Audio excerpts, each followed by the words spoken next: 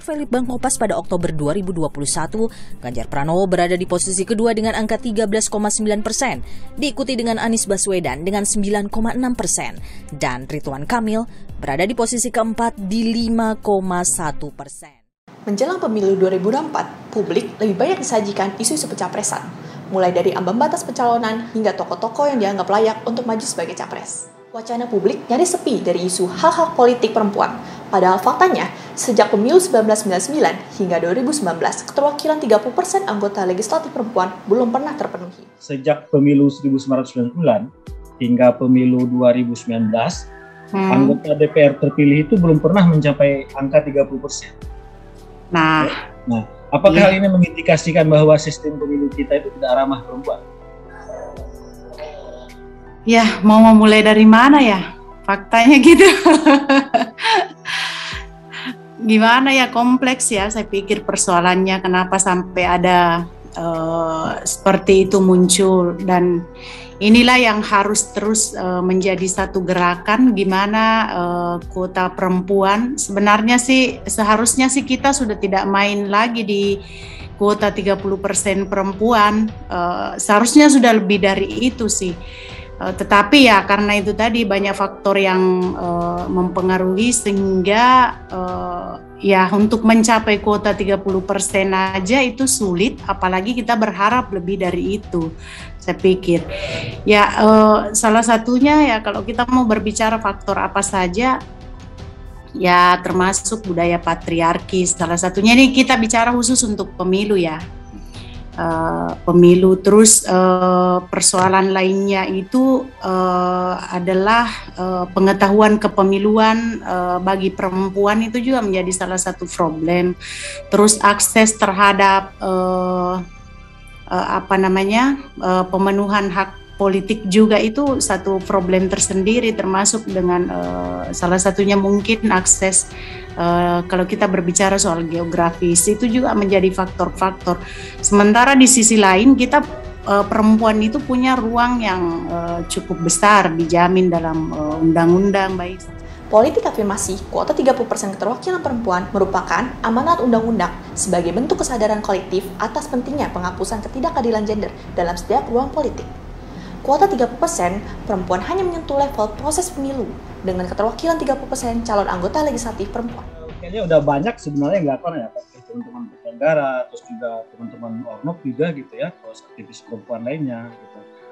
Jadi kendala yang paling utamanya itu apa? Sehingga kemudian angka 30% ini belum pernah tercapai. Udah berapa tahun tuh dari 99 hingga 2019? Saya pikir selain yang saya sebutkan tadi, kita harus juga melihat bahwa ada cara pandang secara politis terhadap partisipasi perempuan ini yang menjadi problem juga, Mas Firwan, dengan sistem kepemiluan kita juga yang hari ini terlihat semakin tertutup ya. Akses terhadap perempuan ini juga menjadi salah satu faktor yang menurut saya sangat berpengaruh terhadap rendahnya partisipasi politik perempuan. Akses yang tertutup itu yang seperti apa misalkan?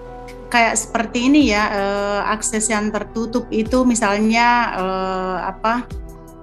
secara politis ya, saya lebih melihat secara politis. Misalnya kalau di peraturan kan disebutkan komposisi di dalam Undang-Undang Nomor 7 misalnya, Undang-Undang Pemilu tahun 2017 itu soal menegaskan soal komposisi penyelenggara pemilu, misalnya 30% perempuan.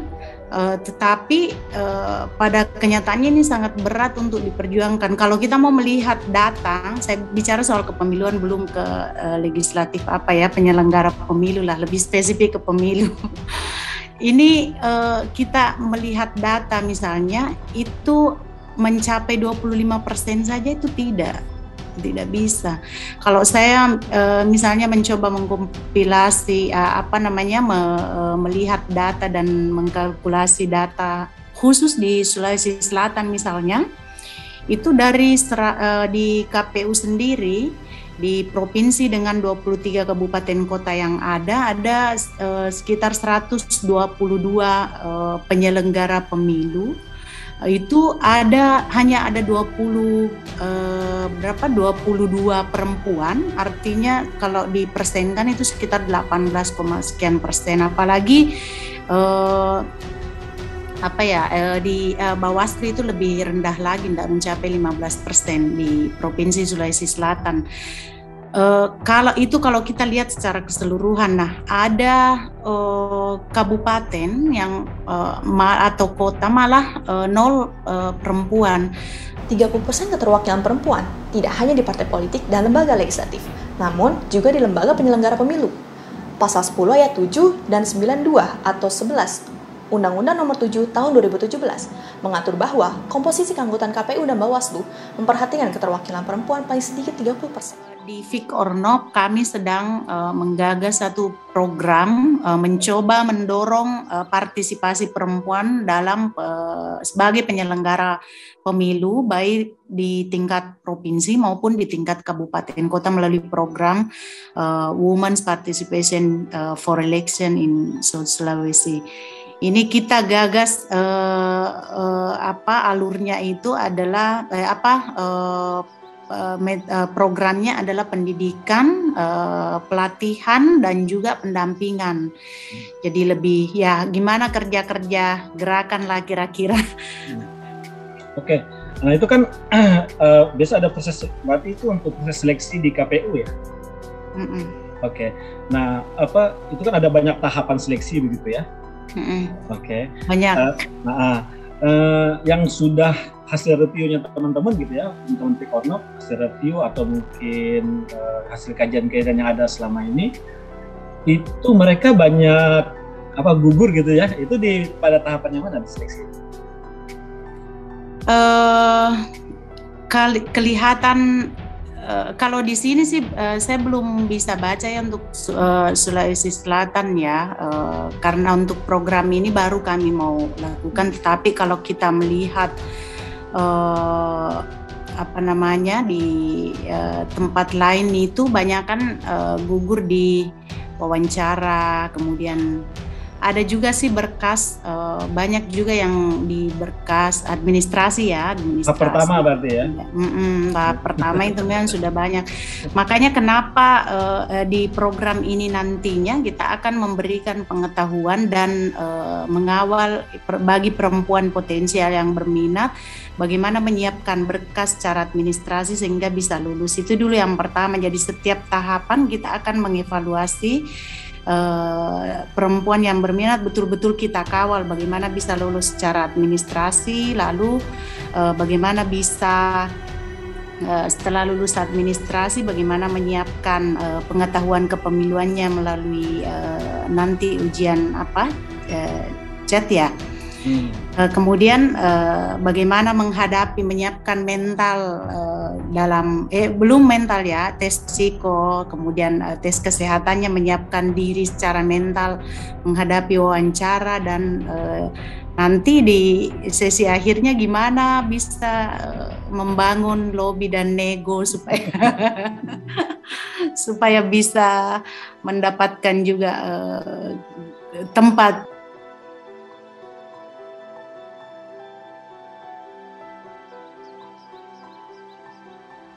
Alhamdulillah kemarin berdasarkan karena kita sudah buka pendaftaran, kita per 3 hari itu mencapai 80 peserta. Per 2 hari mencapai 80 pendaftar yang tersebar di 23 kabupaten kota, bahkan ada yang lebih.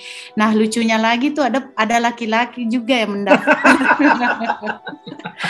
Di data kami ada laki-laki yang mendaftar. Saat ini sudah lebih 100 karena ini durasi waktunya sudah lebih seminggu, saya lihat di data itu sudah lebih 100. Nanti kita akan coba jika peserta memang meningkat, kita banyak, kita akan mencoba membuka kelas-kelas paralel untuk lebih mengoptimalkan proses belajar, karena mungkin satu kelas tidak bisa melebihi dari 30 ya, untuk bisa mencapai proses pembelajaran yang lebih maksimal lagi. Kira-kira kita akan bagi seperti itu nantinya. Itu dari kalangan mana aja 100 lebih? Kebetulan yang kami belum mengecek secara keseluruhan, tetapi kami melihatnya, intinya adalah bahwa kami tidak membuka bagi yang sudah pernah menjadi penyelenggara. Jadi ini spesial untuk yang belum pernah menjadi penyelenggara tetapi punya minat. Nanti kami juga belum bisa pastikan ya bahwa apakah dari semua peserta ini bisa kami akomodir nanti yang mendaftar. Tentu kami harus menyeleksi juga ya yang betul-betul serius, lalu kita akan coba memetakan nanti arahnya kemana, apakah KPU atau Bawaslu. Kami juga akan memetakan apakah keinginannya menjadi penyelenggara di tingkat provinsi ataukah kabupaten kota.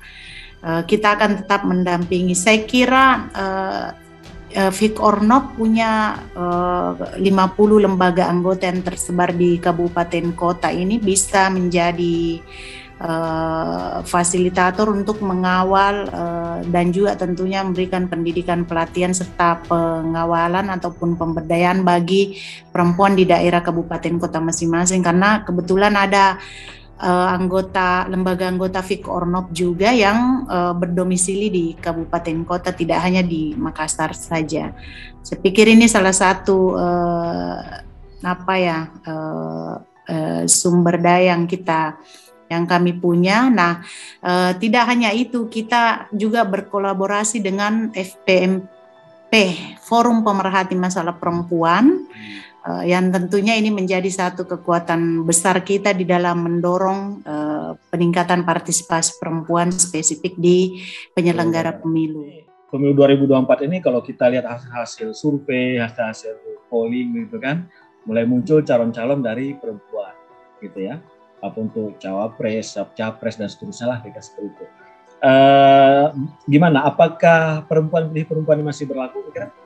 Saya kira begini ya, kalau berbicara soal perempuan, tentu seharusnya ya seobjektif mungkin kita memberikan mengambil keputusan.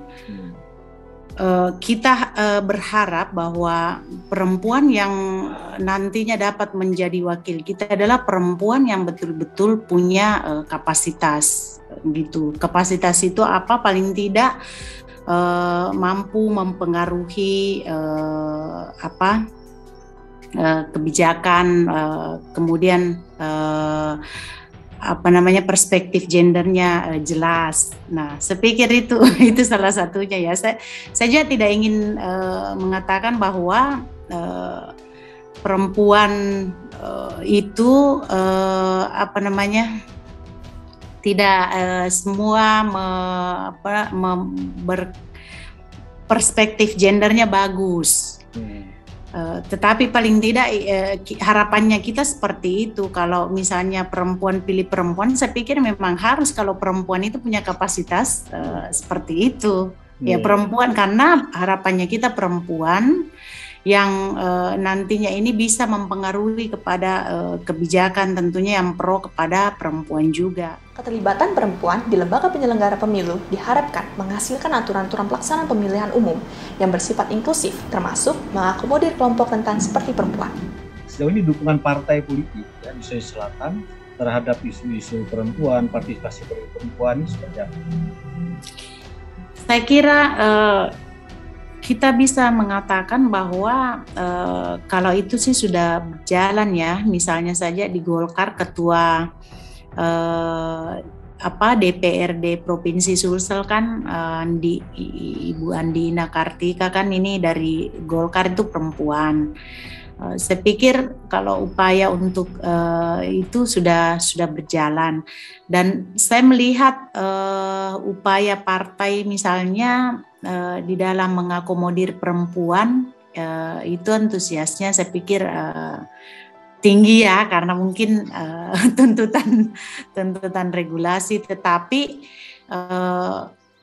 saya tinggal terlepas dari itu ya, kalau misalnya memang tuntutan regulasi mengharuskan keterlibatan perempuan sekian persen, itu diakomodir oleh partai, mungkin awalnya memang berangkat dari memenuhi tuntutan regulasi itu, tetapi kita harus backingi dengan bagaimana mendorong partai itu memberikan penguatan terhadap perempuan yang akan menjadi legislatif.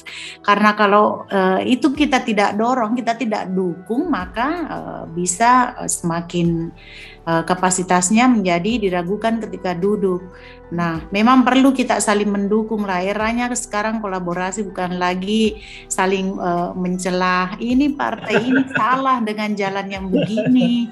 Tapi kalau dia sudah melakukan itu, siapapun yang dia ambil, mau misalnya perempuan yang dianggap selama ini belum potensial, kalau kita tidak mendukung untuk menjadi potensial, maka tidak ada kesempatan untuk perempuan ini bisa lebih maju.